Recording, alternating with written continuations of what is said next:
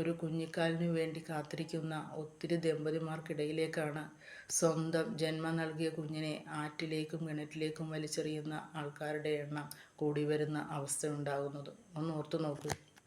ബാലരാമപുരത്ത് ഉറങ്ങിക്കിടന്ന 2 വയസ്സുകാരിയായ ദേവേന്ദുവിനെ കാണാതാകുന്നു. പോലീസ് അന്വേഷണം ആരംഭിക്കുന്നു. വീടിനടുത്തുള്ള കിണറ്റിൽ നിന്നും കുട്ടിയെ കണ്ടെത്തുന്നു. ആ കിണറ്റിൻ്റെ പരിസരത്തേക്ക് നടന്നെത്താൻ പറ്റുന്ന അത്ര വലിയ കുട്ടിയായിരുന്നില്ല എന്നുള്ളത് കൊണ്ട് തന്നെ അത് കൊലപാതക ശ്രമമാണോ എന്ന അന്വേഷണം നീളുന്നു. അത് എത്തിച്ചേരുന്നത് സ്വന്തം കുഞ്ഞിൻ്റെ അമ്മാവനിലേക്കാണ്. അമ്മാവൻ ഹരികുമാർ കുഞ്ഞിനെ കിണറ്റിലേക്ക് വലിച്ചെറിയുകയായിരുന്നു. വലിച്ചെറിയാനുള്ള അല്ലെങ്കിൽ കൊലപാതകത്തിൻ്റെ കാരണമായി അറിയാൻ കഴിഞ്ഞത് അമ്മയുമായുള്ള ആ സഹോദരൻ്റെ വഴിവിട്ട ബന്ധമായിരുന്നു. അതിന് കുട്ടികൾ തടസ്സമാകും എന്ന തോന്നലാണ് അങ്ങനെ ഒരു കൊലപാതകം ചെയ്യാൻ ആ വ്യക്തിയെ പ്രേരിപ്പിച്ചത്. ഒന്ന് ഓർത്തു നോക്കൂ. മൃഗതുല്യമായി അല്ലെങ്കിൽ മൃഗങ്ങളെ പോലെയാകുന്നു മനുഷ്യർ. സ്വന്തം സഹോദരനുമായിട്ടുള്ള ബന്ധം പോലും വഴിവിട്ടതാകുന്നു. അതിനിരയാകുന്നതോ പാവം കുഞ്ഞുങ്ങൾ.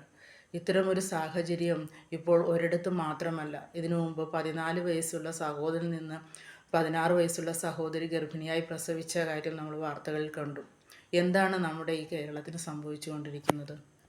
സഹോദരൻ വഴിവിട്ട സ്വഭാവം പുലർത്തുന്ന ആളാണെന്ന് മനസ്സിലായാൽ, അവിടെ തനിക്കും മക്കൾക്കും സുരക്ഷിതത്വമില്ലെന്ന് തോന്നിയാൽ തൻ്റെ ഭർത്താവിൻ്റെ സഹായം തേടുകയും ആ കുടുംബത്തേക്ക് പോവുകയും ചെയ്യുകയല്ലേ ഒരു നല്ല സ്ത്രീകൾ ചെയ്യേണ്ടത്.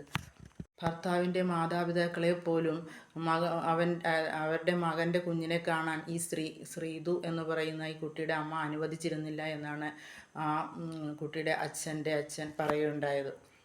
അഭിചാരക്രിയകളുടെ കാര്യത്തിലും ഈ അമ്മാവൻ ഹരികുമാർ ഒട്ടും പുറകിലല്ലായിരുന്നെന്നും ഈ സഹോദരിയും അതിനെല്ലാം കൂട്ടുനിൽക്കുന്ന ആളായിരുന്നെന്നുമൊക്കെ ഇപ്പോൾ ഓരോ ജ്യോത്സ്യൻ്റെ അടുത്ത് പോയ വിവരങ്ങളൊക്കെ പുറത്തു വരുന്നുണ്ട്. ഇതുപോലുള്ള വഴിവിട്ട ജീവിതം നയിക്കാൻ വേണ്ടി തന്നെയായിരിക്കും ശ്രീതു എന്ന ആ കുട്ടിയുടെ അമ്മ ഇങ്ങനെ സ്വന്തം ഭർത്താവിനെ പോലും വീട്ടിൽ കൂടുതൽ സ്വാതന്ത്ര്യം കൊടുക്കുകയോ അടുപ്പിക്കുകയോ ചെയ്യാതെ നിലനിർത്തിയിരുന്നത്.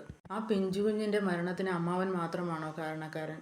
ആ അമ്മയെ കൂടി ശിക്ഷിക്കേണ്ടതില്ലേ?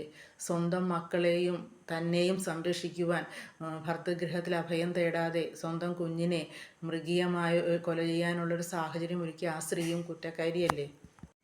ഈ പിഞ്ചു കുഞ്ഞിനെ ഇതിനു മുമ്പും ഈ അമ്മാവൻ ഹരികുമാർ ഉപദ്രവിച്ചിട്ടുണ്ടെന്നും വലിച്ചെറിഞ്ഞിട്ടുണ്ടെന്നും ശ്രുതി മൊഴി നൽകുകയുണ്ടായി. ആ മൂത്ത കുട്ടിയെയെങ്കിലും ഇത്തരം മോശപ്പെട്ട ജീവിത സാഹചര്യമുള്ള വീട്ടിൽ നിന്ന് ആ കുട്ടിയുടെ അച്ഛൻ അദ്ദേഹത്തിൻ്റെ ഗൃഹത്തിലേക്ക് കൊണ്ടുപോകാൻ തയ്യാറായാൽ ആ കുട്ടിയുടെ ജീവിതമെങ്കിലും രക്ഷപ്പെടും. സ്വന്തം സഹോദരൻ്റെ വഴിവിട്ട താല്പര്യങ്ങൾക്ക് ആ അമ്മയും കൂട്ടുനിന്നത് കൊണ്ട് തന്നെയാണ് ആ പിഞ്ചു കുഞ്ഞിൻ്റെ ജീവൻ പൊലിയാനിടയായത്.